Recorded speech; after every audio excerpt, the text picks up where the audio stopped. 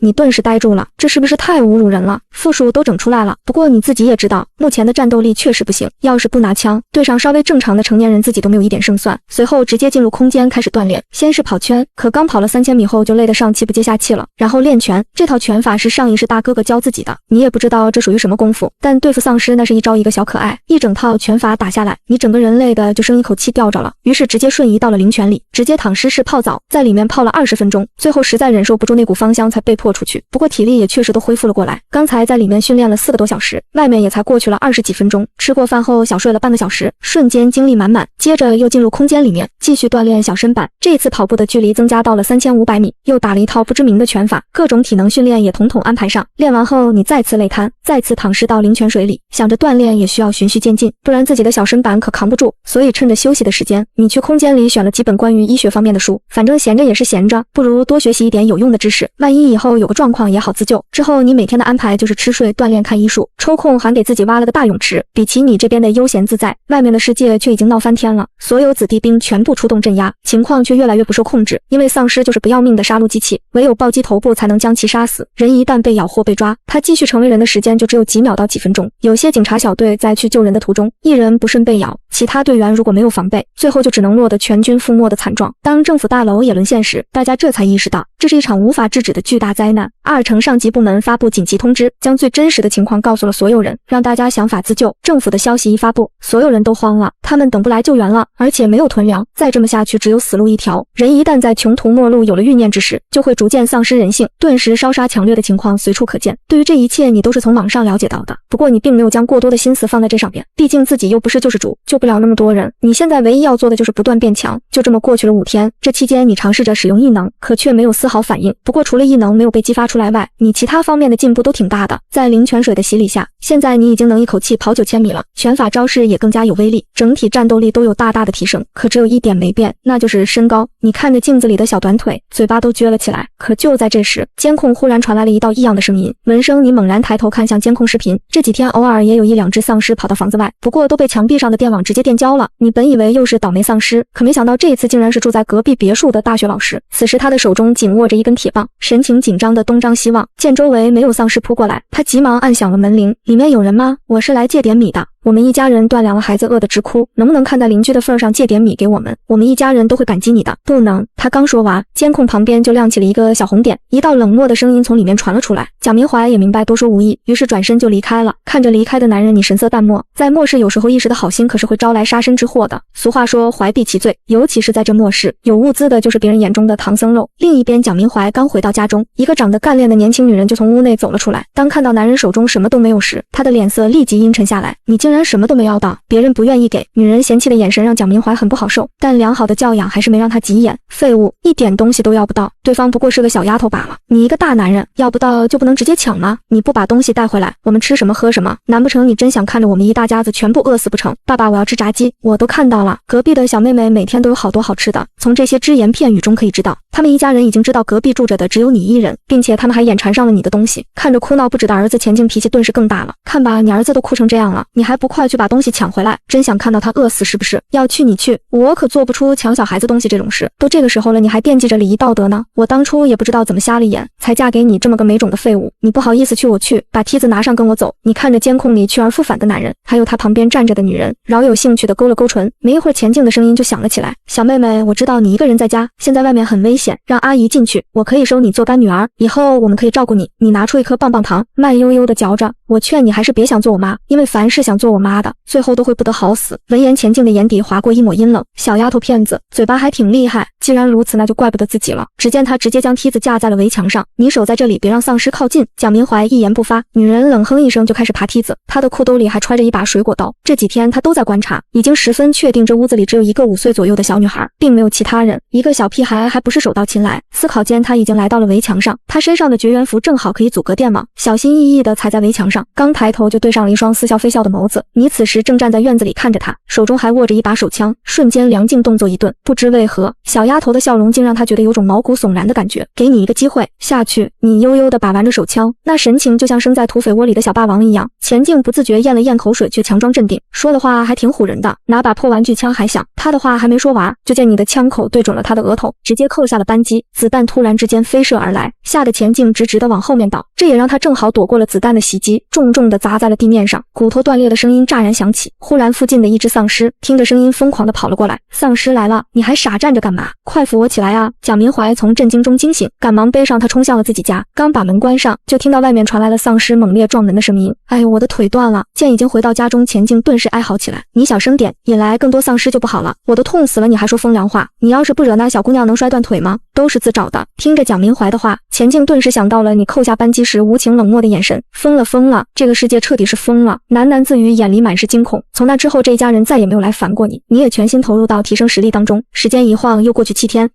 恭喜宿主完成任务，整体战斗力升至1级，奖励异能进化液1瓶，激发木系异能。听到这，你顿时来了精神，你此时也清晰地感受到了身体上的变化，猛地挥出一拳，拳风果然更加强劲了。激动之余，你又伸出手掌，心念一动，掌心就冒出了一根小藤蔓，在你意念的作用下，藤蔓越变越长。不过现在你的异能等级还太低，藤蔓的威力并不是特别强。异能共分1到10级，每一个级别又分成初中高3个阶段，你现在就是最末等的1级初阶阶段。看着飘在自己面前的异能进化液，露出沉思，随即直接拿起一饮而尽。小小的一瓶下肚，顿时觉得浑身舒畅，还有一股无法言说的充盈感。就这么一瓶，竟直接将你的异能从1级初阶直接提升到了1级高阶，这绝对是领先于目前所有异能者的。下一个任务是什么？你现在已经迫不及待要完成第2个任务了。第2阶段的任务，宿主需要在接下来的15天内将整体战斗力提升至4级。可刚从空间出来，就听到屋外传来了一阵嘈杂声。站在窗口掀开窗帘一看，就见是隔壁的一家人正将东西装进后备箱。没过一会儿，就见车子直接开出了别墅小区。见此你也没在意，直接关上窗帘来到了楼下的客厅，照例将收音机打开听一下外面的信息。紧急通知，全国各地都临时搭建了幸存者基地，现在将已有基地信息公布，幸存者可自行前往。收音机内不断播放着各地基地的大致位置，你顿时明白了，原来隔壁一家人是去基地了。另一边，蒋明怀一家人开着车刚到山脚下的一条公路上，就被地面上的钉子给扎破了轮胎，紧接着一群拿着武器的男人将他们的车团团围住了。一家人吓得大气不敢出。豹哥后备箱里只有一些衣服，没有吃的。一名纹身男看着豹哥开口说道，这人就是之前加油站那个免费的劳工，那晚被你赶走，他的前老大在半路就被丧尸给咬死了，他死里逃生就跟了现在的老大，特么的又没有吃的。被称作豹哥的男人低骂一声，随后不耐烦道，没用的人就杀了。听到这，钱静慌忙喊道，别杀我们，我们有吃的，你这娘们儿逗哏玩呢？你们车子比脸还干净，哪里有吃的？钱静吓得浑身发抖，我没骗你，我们手上虽然没有吃的，但我可以带你去有吃的地方。钱静，蒋明怀知道自己老婆说的是哪里，心底的良知让他倍感不安。闭嘴，现在你还讲良心，是不是要看着我们一家人真的去死你才高兴？豹哥看着急眼的女人，不知为何心里竟燃起了一团火焰，你这娘们儿还挺带劲儿的，要不要踹了你老公跟老子？钱静看着眼前的大块头豹哥，心里暗暗盘算起来，现在这世道，或许只有跟着这样的人才有活路。想通一切的钱静对着豹哥点点头，好，我跟你。钱静，你知不知道你在说什么？蒋明怀简直不敢相信，自己的老婆竟然当着自己的面扬言要跟另外一个男人。钱静冷笑一声，我当然知道我在说什么，继续跟着你去死吗？你除了教书就是个什么都不会的窝囊废。说到这，他亲昵地挽着豹哥的手，只有这样的男人才值得依靠。豹哥被取悦后疯狂大笑起来，随后带着钱静钻进了不远处的草丛。蒋明怀气得双眼通红，他身为男人的自尊在这一刻被彻底粉碎了。蒋子浩不知道这一刻发生了什么，他听到自己妈妈的喊声，天真的看着蒋明怀，爸爸妈妈怎么又笑又哭的？闻声蒋明怀含泪捂住了儿子的耳朵，小孩子别听。3分钟后，豹哥心满意足的搂着钱静出来了，宝贝，他们几个怎么办？我只要我儿子，另外那个男人就让他自生自灭吧，只要不死在他面前就行，免得让他晚上做噩梦。好，就依你的。豹哥吃饱后心情也随之大好。喂，你赶紧滚！他对着蒋明怀暴喝一声，我不要离开爸爸。蒋子浩哭闹着，小浩快过来，妈妈待会儿有吃的给你。闻言，蒋子浩顿时不哭了，立即开心地奔向了钱静。备受屈辱的蒋明怀独自徒步踏上了荒凉的公路。人走后，豹哥搂着钱静，宝贝，你之前说的物资在哪儿呢？就在我们之前住的别墅旁边，那里不仅有吃的，房子还是改装过的，住在里面特别安全。豹哥等人一听，瞬间眼前一亮，那还等什么？赶紧走！只是那里有点危险，里面住着的5岁小丫头手里有枪。闻言，除了纹身男豹哥几人全都笑了。5岁的小屁孩有什么好怕的？他有枪，难道我们就没有吗？豹哥将别在裤腰带上的枪摸了出来，钱静顿时放心了，娇羞地趴在男人的胸前，就知道你最厉害，我果然没跟错人。大家都在笑的时候，只有纹身男微微皱眉，5岁有枪还是小女孩，这怎么听着这么熟悉？此时的你正要躺下睡个午觉，就听外面忽然传来了几辆汽车的轰鸣声。纹身快步走到窗边，就发现有3辆车停在了屋外，从车内出来了几个壮实的男人，还有隔壁屋那个女人。你眼眸微眯，眼底划过一抹金光，带着人回来，这是没安好心啊！兄弟们拿家伙！豹哥盯着前面上了电网的围墙，露出了势在必得的笑意。可忽然一根碧绿色的藤蔓毫无预兆地直射而来，豹哥瞳孔猛然一缩，抬手就将一旁的钱静扯到了自己面前，藤蔓直接刺穿了钱静的脑袋。他震惊地瞪大了双眼，感受着自己的生命正在不断流失。他张嘴想说什么，可却全都卡在了喉咙里。这一刻，他的眼里全是后悔与愤怒。妈妈，蒋子浩看到钱静的模样，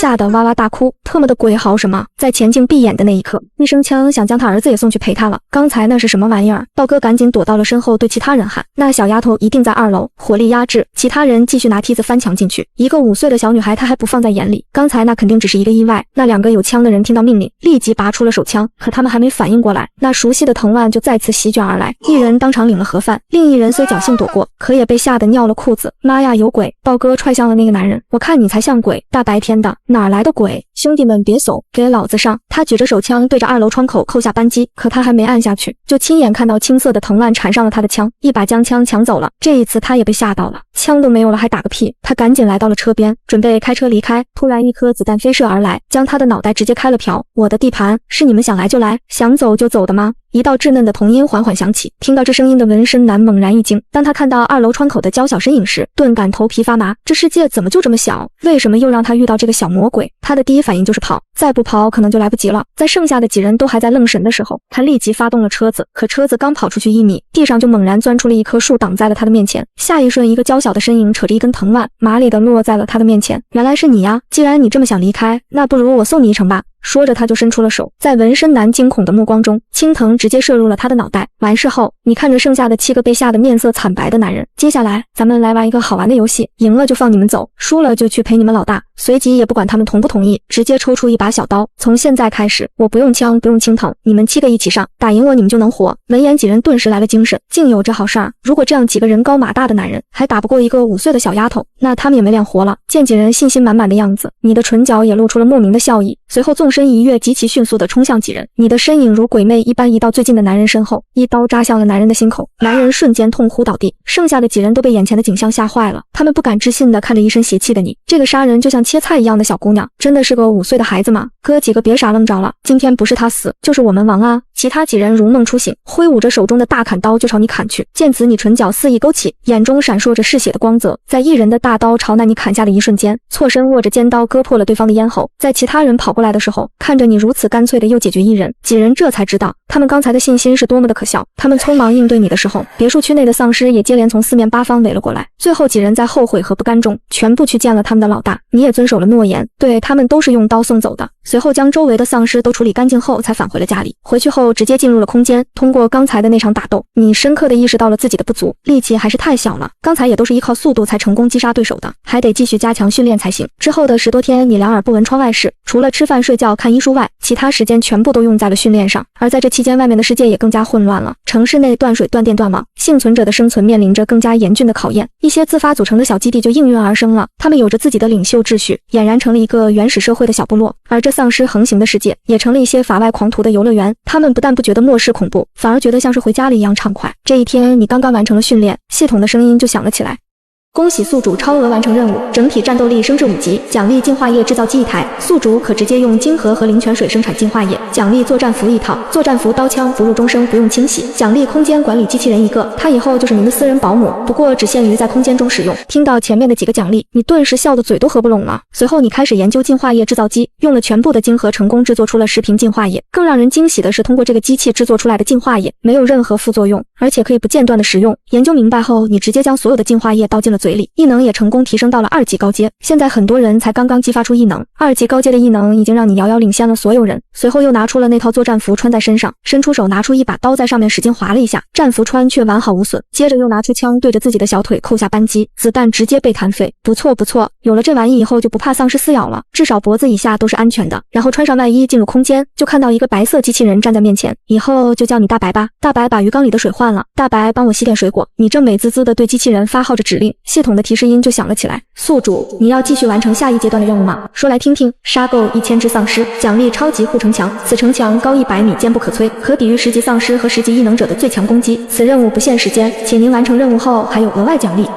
我不是为了奖励，就是单纯的喜欢杀丧尸。现在已经末世后差不多1个月了，算算时间，这和上一世被陆晨丢下流落到狼窝的时间差不太多，也是时候该去找那伙人报仇了。于是第2天一大早，你就开着车子往山下而去，路上遇到的所有丧尸都被你你的大作家给直接碾压了。每杀掉一只丧尸，系统就会响起提示音，但城外公路上的丧尸并不多，一路下来也才撞死几十只。片刻后，你将车开到了公路边上的一个小超市门前，从车上下来，你看着眼前熟悉的场景，眸光逐渐冰冷。上一世陆晨开车去幸存者基地路过这时，看到路边有一家小超市就停了下来，当时已经断水断粮了好几天，饿得都前胸贴后背了。看到有超市，陆晨特别兴奋，当即就决定全部下车去里面搬东西。可是里面能吃的东西早都已经被搬空了。就在刚准备离开时，2只破破烂烂的丧尸就朝着你们冲了过来。陆晨直接一把将你推向了那2只丧尸，然后拉着他的情妇就上车跑了。你也不知道最后是怎么活下来的。当时的你脑子一片空白，等再次有意识的时候，2只丧尸已经死掉了，额头各自出现一个大窟窿。现在想来，应该是那危急时刻意外激发了木系异能，这才将那2只丧尸杀死的吧。当时年仅5岁的你，就如被人丢弃的流浪小狗狗似的，可怜兮兮的将自己蜷缩在超市里面的小角落，直到你即将被饿死的时候，迷迷糊糊感觉到一伙人出现将你抱走了。等再次醒来后，就看到和自己关在一起的几个小孩在抢夺狗饲料吃。想到之前的种种，你眼中燃烧着嗜血的光芒，随后将车收进空间，走进了小超市，将超市里所有东西收走后，找了个角落坐了下来。你不知道那伙人什么时候来，就只能在这盲目的等着。同样你也有些担心，这一世陆晨被你欺进了医院，没再来过这里，会不会因为你的重生而产生蝴蝶效应？那伙人不来这里了。就这样等了3天，这天下午外面突然传来了一阵汽车刹车声，你顿时警觉起来。没一会儿，超市的门就从外面推开了，片刻后传来一道咒骂声，特么的，这里面竟然啥吃的都没有。忽然一道尖利的声音自你的头顶响起，老大，这里有个小丫头。你抬眼呆萌地看着眼前的高瘦男人，叔叔，你们是来救我的吗？对呀，叔叔们就是来救你的。一名脸上堆着肥肉的男人走过来，露出了一抹让人恶心的笑容。其他几人也围了过来，他们看向你的眼神就像是看见了新鲜的小鸡仔，有人甚至还忍不住咽了咽口水。看着眼前的胖男人，你急忙垂下了头，掩盖眼中想杀人的神色，因为这个又胖又恶心的男人就是上一世放你血的那人，就算对方化成灰你也记得。小妹妹，来叔叔抱抱。那个胖男人猥琐地笑了笑，你恶心的想吐，强忍着才没有直接动手，还没去到这伙人的大本营，现在还不是杀人的时候。于是抬起头，换上了一副懵懂无知的笑容。叔叔，我能自己走，妈妈教过我，不能给人添麻烦的。这小孩还挺懂事。几个男人直接哈哈大笑起来。最后你迈着小短腿，跟着几人上了他们的面包车。临近晚上的时候，车子开进了一个厂房里面。下车后，你悄悄地打量着这个地方，怪不得上一世给你吃狗饲料，原来这里是个狗场。瘦子把他带进去，那个为首的胖男人吩咐手下示意了一个地方，那瘦子立马会意。好的，胖哥。可就在这时，一道暴躁的怒喝声从一个房间内响起。你丫的是听不懂人话是吧？老子不需要女人，长得还没有外面的狗好看，给我滚！下一秒，一个衣衫不整的女人从屋内仓皇地跑了出来，她的身后冒着一团耀眼的烈火。你眉头一挑，没想到这个小小的营地内居然会有火系异能者，于是你打算先观察一下，再寻找动手的时机。叔叔，刚才那个喷火的是谁啊？感觉好厉害的样子。你露出崇拜的天真模样。瘦子撇了撇嘴，昨天才来基地的，我们头见他有几分能耐，就好吃好喝的供着。我和你一个小屁孩说这些干什么？快走，别耽误老子吃饭的时间。忽然视线里看到了一个熟悉的身影，只见妈妈柳如烟正一脸娇羞地半靠在一个男人的怀里，两人看着很是亲密的样子。你的唇角书地勾起了一抹邪恶的笑，随后一边哭一边朝着柳如烟跑去。妈妈，你怎么丢下爸爸和婉婉跑了呢？你的声音很大，好多人都朝你这边看来，可你并不在意，因为你本来就是故意的。如烟那个小丫头是谁？她为什么喊你妈妈，还说你丢下了她和她爸爸？柳如烟身边的男人微微挑了挑眉，东哥，你别听他瞎说，我不认识他，我也不知道他为什么要喊我妈妈，或许是认错人了吧。柳如烟故作镇定地笑着，他说这话的时候你刚跑进，正好听见，心中冷笑，这可真是我的好妈妈呀。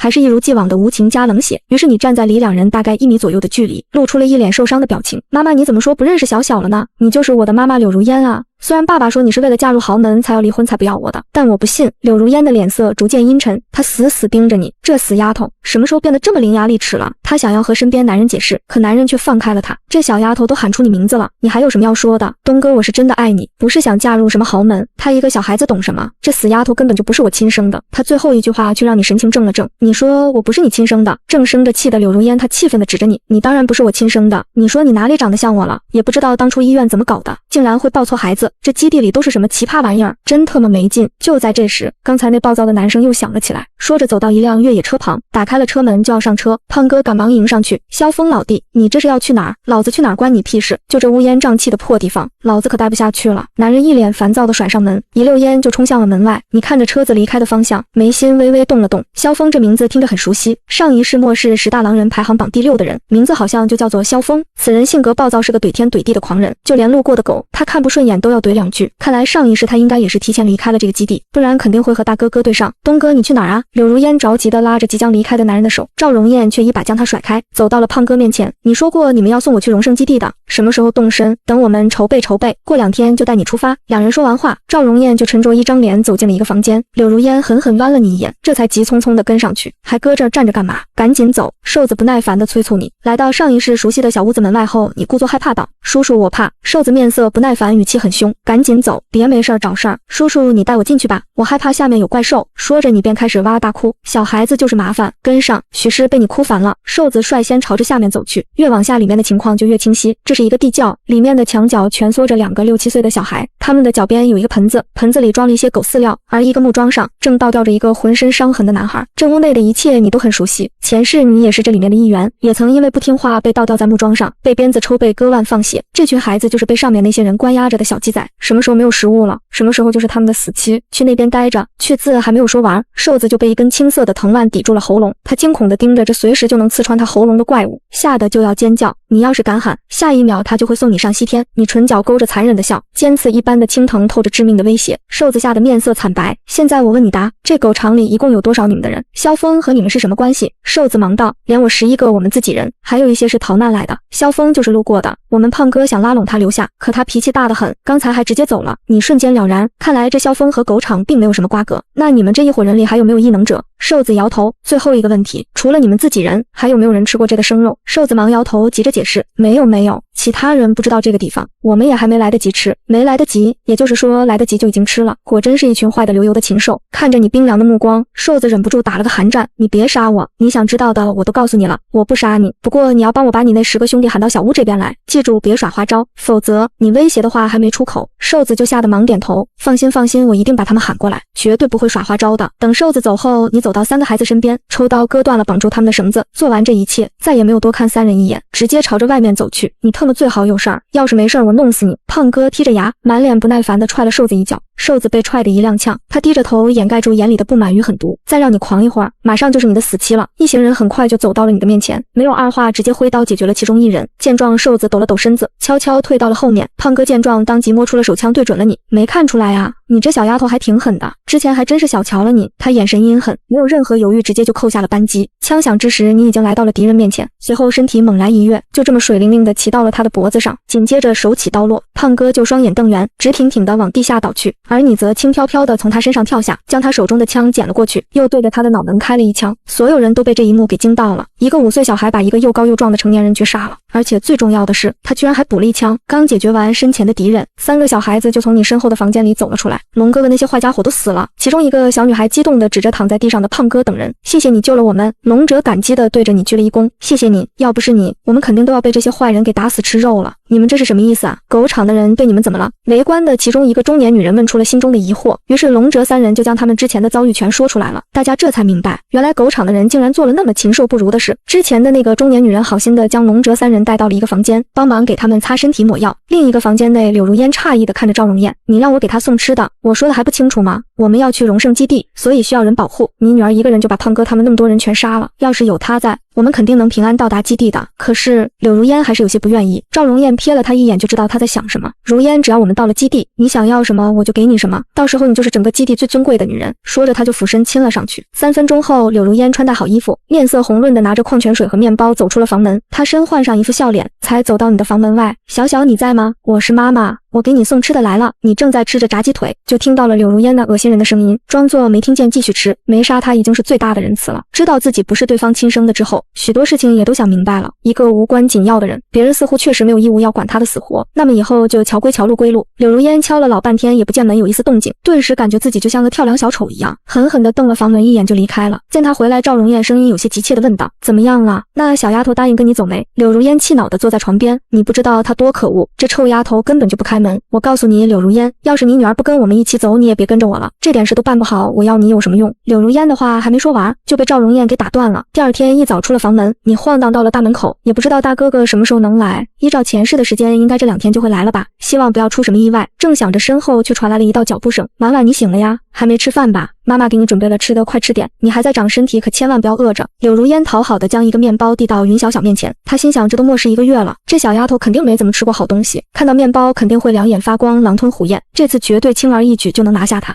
可谁知道你只淡淡的瞥了一眼他手上的面包，就收回视线了。玩完你不吃一口吗？很多人连面包都吃不起呢。他强忍着心中的不快，扯着嘴角笑。那你吃吧。你语气淡淡说完，转身就走。走了2步，又忽然回头，对了，以后别在我面前晃荡，不然我会忍不住让你去和胖哥他们团聚。闻言，柳如烟表情一僵，这臭丫头想杀了他呀！刚回屋没多大会，就外面响起了一阵狗叫声。打开了房门，出去的时候，已经有人围在狗圈外面了。什么情况？出什么事儿了？后来的人忙问先去的人：蝎子？什么蝎子？我看看。你也跟着其他人一起朝不远处看去，就见一只通体漆黑的蝎子，虎视眈眈地仰视着一只关在笼子里的大狼狗。大狼狗被吓得一个劲儿汪汪直叫。就在这时，蝎子快速前进，躲过大狼狗的攻击，一跃跳到了他的后腿哥上，竖起尾刺狠狠刺了下去。刺完后，他干净利落地逃到了笼子外面。没一会儿，那只体型硕大、面相凶狠的大狼狗就开始全身抽搐，最后倒在地上翻起了白眼。周围围观的人也被惊到了，这蝎子的毒性好强，好可怕！就在大家都被蝎子的狠毒吓到了的时候，一旁的你眼里却透露出了一抹欣赏。这蝎子不错。猛然间，大家反应过来就要去攻击蝎子，他却钻进了一只狗笼子底下没了踪影。蝎子不见了，狗圈里的狗也慢慢镇定下来，围观的人群也纷纷散去。你回到了自己屋里，刚要关门，就看到对面的柜子上趴着那只蝎子。你不动声色地将门关上，一人一蝎就这么对峙着，谁也没有动。过了好一会儿，见蝎子没有离开的打算，你就从空间里取了一小块生肉出来放在了地上，放完后就退回了原位。蝎子打量了你一眼，又看了看地上的生肉，这才警惕地慢慢爬下柜子，朝着生肉靠近。他先是伸出一只脚蹬了蹬，见没有危险才开始进食。你的眼睛亮了亮，这只蝎子还挺小心的嘛，怎么看着有那么一点灵性呢？动植物的变异不是要等到末世第4年酸雨降临后才开始的吗？难不成这只蝎子是特例？随后又喂了几块肉，蝎子吃饱后没再停留，傲娇的撅着屁股从门底下的小缝里钻出去了。不好了，不好了，外面来了好多丧尸！忽然门外传来了一道焦急的喊声，肯定是刚才的狗叫声，把附近的丧尸都引过来了。想起自己的任务，你当即也走了出去。见你过来，大家都将期望的目光投向了你。小姑娘，外面来了好多丧尸，一个个凶神恶煞的，太恐怖了。你去外面把他们都处理干净吧。没错没错，小姑娘你那么厉害，杀丧尸一定也不费力，我们在这里为你加油。你直接翘脚坐在了一旁的木凳子上，为了不让他们引来更多的丧尸，所以叔叔阿姨们，你们快去把他们杀了吧。加油，我看好你们哟。你当然可以去，反正也要杀丧尸完成任务，但很可惜你这个人天生反骨，他们那么想要他去，你反而就不想去了。其中一个30多岁戴着眼镜的男人不满地看着你，小妹妹你怎么能那样说呢？你让我们去，那不是让我们送死吗？你们这么多大人，还欺负一个小孩子，你们不觉得羞人？我都替你们害臊。替龙哲他们敷药的中年女人从屋里走了出来，我就不信我们这些人一起上，连10几只丧尸都对付不了。开门，老娘先去。女人咒骂一声，手里紧握着一根锈迹斑斑的斧头。你看着为自己说话的女人，眼角染上一抹笑意。这个大婶有点意思。在张秀燕的带领下，大家的斗志竟然都被激起来了。还受着伤的龙哲也快速跑过去，手中拿着一根木棍冲向了其中一只丧尸。这小子还挺有血性，受伤了都还这么拼。你的眼里多了几分欣赏。本来是不打算帮忙的，但张秀燕的话却让你有所动容。再加上这群人里除了个别的不可理喻外，其他人也不是无可救药，所以你就在旁边看着，有人真遇到危险了就动手帮一把。最后出去多少人完好无损的回来多少人。小妹妹，刚才谢谢你出手相救。结束战斗后，几个被救过的人过来致谢。就在大家为战胜丧尸兴奋的时候，外面忽然传来了一阵汽车轰鸣声。赵荣燕的眼神立马变了，快把门打开。赵荣燕疾步走到外面，拦在了第一辆军用越野车的前面，又拿了什么信物给对方看。没一会儿，赵荣燕就回到了狗场这边。我父亲让人来接我了，看在大家相处一场的份上，我可以允许你们跟我一起回基地。闻言，张秀燕等人互相看了看，最后大家都一致决定要去。狗场毕竟没有安全保障，他们的食物也所剩不多了，抓点紧去收拾东西，久了我们可就不等了。赵荣燕高傲地说了一声，其他人就立马回自己房里拿东西了。正当所有人都要走的时候，他们却发现少了一个人。那个小丫头呢？你们谁看到她了吗？大婶有些疑惑地说道。见其他人摇头，拔腿就朝你屋子走。他们来到屋子前，看见你正一个人坐在里面，你怎么还在这里？再不走就赶不及了。你抿了抿唇，婶婶我就不去了，我在这里是真有事，暂时还不能走。张秀燕皱着眉。就在这时，外面有人喊了她一声，让她快点，车要开了。婶婶你们快走吧，真不用管我，那我们就走了，你一定要好好照顾自己。说完就赶紧走了。对于他们来说，目前去荣盛基地就是最好的选择。等所有人都离开后，你走到大门口，淡定地将门给关上。之后的日子，你就一个人在狗场里继续按照着你的节奏训练。可足足等了快1个月，战斗力都提升到7级了，大哥哥也没有出现。除了整体实力有进步外，和小蝎子的关系也变得更加融洽。你给他取了一个名字，叫做小可爱。狗场里面的狗则全被放出去了。看着空荡荡的门口，你的眼角划过一抹失落。继续再等下去似乎也没什么意义了。既然到现在还没来，估计是不会再来了。于是想到上一世大哥哥带着你从这里离开后，直接去了荣城，既然如此，那就去城里一趟。想到这，你直接打开狗场大门上了车，走了。小可爱，我们杀丧尸去！油门一踩，一人一些立即朝着荣城的方向而去。刚在马路上行驶没多久，一个骨瘦如柴的女丧尸突兀地出现在车子前方，你双手握紧方向盘，速度不减反增地朝丧尸撞去。可那丧尸却速度极快，十分灵活地躲开了。没想到还遇到变异丧尸了，你眼神一压，拔枪射击，预算好了变异丧尸的移动轨迹，虚晃一枪，所以等丧尸转向的时候，却不知道被你骗了。子弹速度极快，精准无误地直接射入了他的脑袋。看着倒地的变异丧尸，从车上跳下一步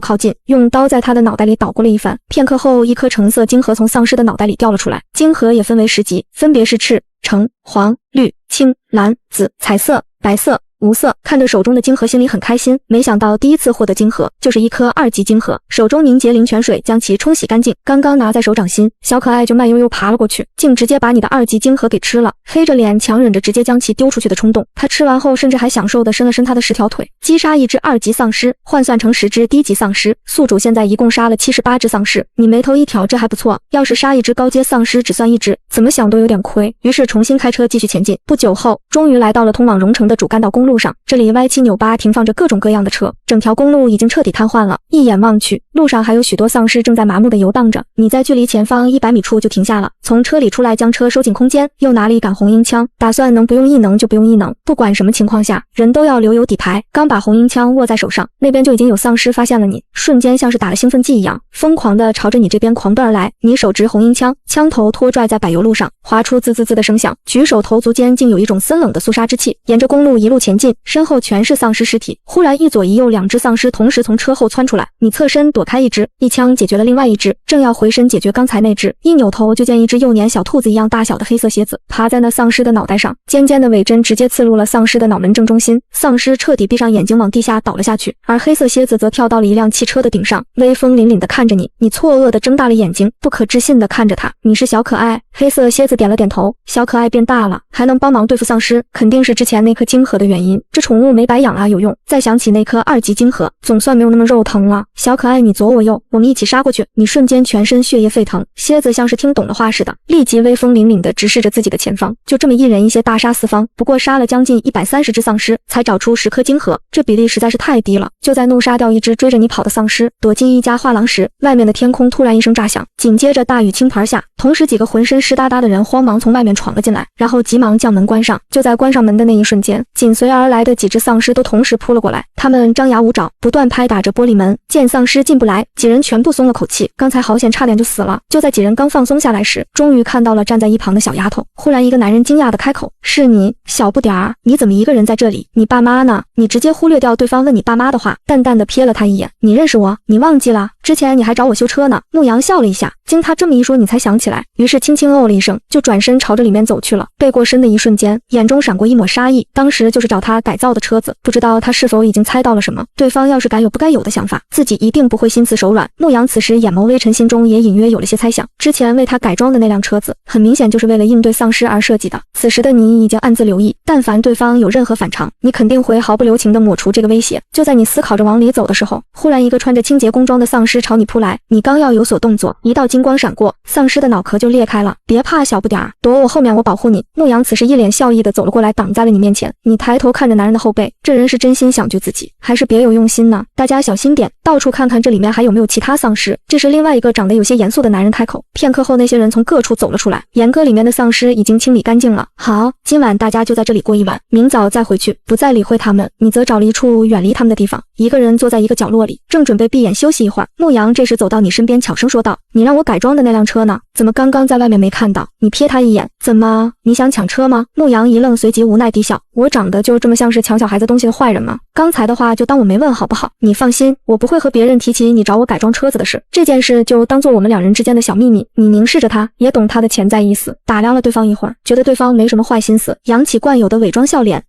谢谢哥哥。”第二天一早，你不管他们，独自一人朝画廊外面走去，而牧羊却追了上来：“小不点儿，怎么不打声招呼，一声不吭就走啊？我们又不是一起的，我离开为什么要和你打招呼？”说完后就头也不回，径直朝着右边走开了，一边走一边挥手：“注意身边的小人，还有后会无期。”牧羊扬起唇角，他在心里轻轻说了一声再见。小不点儿甩开他们后，还没走多远，居然遇到了一只力量型变异丧尸。最重要的是，这只丧尸以前应该是练过摔跤和武术的，灵活度居然还不错。忽然你想用藤蔓攻击它，大块头丧尸却一把抓住藤蔓，一个踉跄差点被拽翻，还好及时放手了，青色的藤蔓瞬间消失不见。你拔出腰间的匕首，直视着朝你冲过来的大块头丧尸。就在他即将冲过来的时候，你一个大滑步从丧尸的脚底下快速掠过，手一扬，一根藤蔓再次射出，迅速缠住了大块头丧尸的脖子，拽紧藤蔓踩着对方的后腿不断攀登上去，站在巨人的肩头举起匕首，对准对方的脑袋正中央猛地刺了下去。顿时大块头丧尸仰天怒吼，身子更是剧烈的扭动起来，竟然直接被你给甩飞了。可是预想中的疼痛并没有袭来。哎呦喂，为什么倒霉的又是我？谁压着我了？快躲起来！身下一道骂骂咧咧的声音传来。你一愣，难怪不疼，原来是有一个肉垫子。随即翻身而起，聂一舟正要发飙，爬起来一看，却发现是一个小豆丁。他疑惑的四处看了看，小鬼，你看到压我的人没？你淡定的摇摇头，没看见。聂一舟眯起眼看着他，小鬼，说谎话可是要长长鼻子的哦。哎，你别走啊，我话还没说完呢。聂一舟正想接着唠唠，就发现面前的小鬼头也不回的往大街的另外一侧走去。他拍了拍身上的灰尘，也跟了上来。忽然就发现街道的一边还有一只英勇的蝎子，正在杀着丧尸。我天，这蝎子是吃了生长激素吗？怎么这么大啊？他一撇头又见你，跳到了一只倒地大块头丧尸的后背，拿着一杆长枪往丧尸脑袋里捣鼓了好一会，一颗沾着浓稠粘液的橙色晶状体从丧尸的脑袋里滚了出来。这是什么？丧尸的脑袋里怎么会有这个东西？聂一舟好奇的想要上前看清楚一些，你却快速拿出纸巾将东西包着，放进了自己的背包里。别这么小气吗？我就看看而已，又不要你的。你刚刚压我，我不也没和你计较吗？你扭头上下扫了他一眼，我让你突然出现在我身下了吗？我还没嫌你太瘦，把我磕疼了呢。卧槽！丧尸！聂一舟刚要说什么，就看到一只张牙舞爪的丧尸从一旁的巷子里窜了出来，下一秒他人就不见了。你微微皱眉，一枪解决了那只冲出来的丧尸。小鬼，你这功夫哪儿学的呀？教教我呗。随后聂一舟的声音就从你的身后响了起来。你眸光一凝，急忙转头，眼底闪过一抹诧异，这人竟然悄无声息跑到身后去了。你看什么呢？是不是觉得哥哥我长得帅气迷人？哎，你怎么又走了？我话还没说完呢。聂一舟赶忙追上去，而此时小可爱已经将这一个区域的丧尸都杀得差不多了，正在清理战场。你走过去的时候，小可爱就献宝似的用一根触角指着地上的一堆晶核，像是在说看我多厉害。你朝他竖起一根大拇指，干得不错。这些东西都是从丧尸脑袋里面取出来的吗？你收集这个做什么？你怎么还没走？你抬起头斜了凑过来的聂一舟一眼，那模样要多嫌弃有多嫌弃。你这小鬼怎么一点都不热情好客呢？我们好歹相识一场还有一点真，你也太不讲情面了，一来就赶我走。我觉得你这小鬼挺有意思的，认识一下吧，我叫聂一舟。你呢？听到这个名字，你的眸底闪过一抹诧异，这不就是上一世那个被各大基地列为最强黑名单的江洋大盗的名字吗？而那个江洋大盗就是唯一一个会瞬移的。他虽然是一个盗贼，却是一个有着正义之气的侠盗。他会把他偷出来的物资悄悄放在一些真实可怜的幸存者身边，许多快要活不下去的人都是因为他而继续生存了下去。你瞥了一眼路边的红色垃圾桶，随意敷衍道：季红彤，那小鬼，我们现在去哪儿啊？什么我们？你是你，我是我，咱们谁也不碍着谁，好吧？你招呼了一声小可爱，就自顾自朝这条小巷子里走。可就在聂一舟转身的时候，忽然发现一只丧尸狼狗正虎视眈眈地盯着他。最怕狗的他直接就想瞬移离开，可没想到瞬移竟然失效了，就是这么不可控。于是转身就朝着小巷子里面狂跑。小鬼，救命啊！有狗追我！听到身后传来的尖叫声，你转身正想让对方别这样大声嚷嚷，冷不丁的看见了跟在对方身后的那只呲着牙的大家伙。可丧尸都不怕的你，竟然也怕狗？小鬼，还是你有义气！哎，你别跑啊！见你停下来，聂一舟感动的差点流泪，可下一秒直接转身跑开，并且比他跑得还快。这个不讲义气的家伙！聂一舟骂骂咧咧飙了一句优美的传统话，顿时感受到屁股后面传来的冷风，他想死的心都有了。别咬我，别咬我！就在他快坚持不住时，一根藤蔓缠在了他的腰上，将他往上一提。他惊魂未定的站稳身子，这才发现自己到了一堵围墙上面，他心一慌，差点就要往下掉。别添乱，站稳，谢谢啊！聂一舟挠了挠后脑勺，有些不好意思，刚才他还骂他不讲义气来着，转眼别人就救了他。小可爱变成了大可爱，速度极快地爬到了墙上，旋即俯冲而下，跳到了丧尸犬的背上，竖起尾部那尖利的倒刺，狠狠对着丧尸犬的脑袋猛刺而下。丧尸犬顿时惨叫一声倒在了地上。见丧尸狗解决完你，直接跳下了围墙，随后又伸出一根藤蔓将聂一舟卷下来。好了，咱们现在各走各的，别再跟着我了。谁要跟着你？聂一舟双手抱头仰天，同时还斜瞥了你一眼。这路跟你姓了吗？我爱走哪里就走哪里，你管得着吗？你白了他一眼，索性不再管他。可谁知道这人就像是跟屁虫一样，你走哪儿他走哪儿。别再跟着我，否则别怪我不客气了。来来来，我看你有多不客气。聂一舟欠欠的招手，你顿时勾起嘴角，这种别致的要自然是要满足了，直接一根青藤就抽了过去。可对方就这么水灵灵的消失了，哈哈哈，打不着我吧？有本事你就抽死我呀！恢复了异能的聂一舟要多欠有多欠，猛地就看到他脸上的笑意瞬间消失。糟了，刚刚闹的动静太大了，引来了丧尸群。你下巴也抬了抬，很巧，你后面也有。小鬼想不想吃好吃的？聂一舟忽然问出了一句莫名的恶话。你抬眼看着他，什么意思？走，哥哥带你去吃大餐。聂一舟将手放在了你的肩膀上，下一秒就觉得天旋地转，脑袋一晕。等再次睁眼的时候，已经置身在了一间房子里，这里面目之所及全部堆放着各种各样的吃的喝的，还有衣服鞋子被子之类的生活用品。来，看中什么拿什么，这都是哥哥的，随便吃随便用。聂一舟豪气的大掌一挥，你随便拿了一颗棒棒糖放进嘴里，走到了那块巨大的玻璃落地窗前。这日子什么时候是头啊？聂一舟悄悄来到了你身边，他凝视着窗外，脸上多了一丝沉重。转天醒来，瞥了一眼还在睡着的聂一舟，悄悄起身离开。经过一晚，这条街上的丧尸群已经消失了，只剩下零星的一些丧尸还在麻木的慢慢游荡着。他一路走一路杀丧尸，忙活了大半天，连着扫荡了2条街。正坐在一家奶茶店里面休息的时候，脑海里就响起了一道机械的声音：叮！恭喜宿主杀够1000只丧尸，完成本次任务，奖励超级护城墙1座，奖励自动剑渣面板1套。正当你想好好研究一下这2样奖励的时候，就忽然感觉空间外面有人来了。刚刚还在这里的，怎么忽然就不见了？聂一舟往奶茶店柜台里面看了看，又往桌子底下看了看，就差没看收银箱了。他正疑惑的回头，下一秒脖子就被藤蔓缠绕住了，感受到藤蔓在不断收紧，他吓得脸都白了。小鬼，别冲动，别冲动，有话好好说，快把刀拿开，刺进去可不是开玩笑的。你觉得我会放过一个知道我秘密的人吗？你声音很冷。聂一舟能找到这里，就证明之前他肯定一直在暗处跟着，也就是说自己空间的秘密一定被他知道了，所以他必须死。我保证一定守口如瓶，打死我都不会往外说的。聂一舟立马发誓。叮，剑渣面板启动，姓名聂一舟，年龄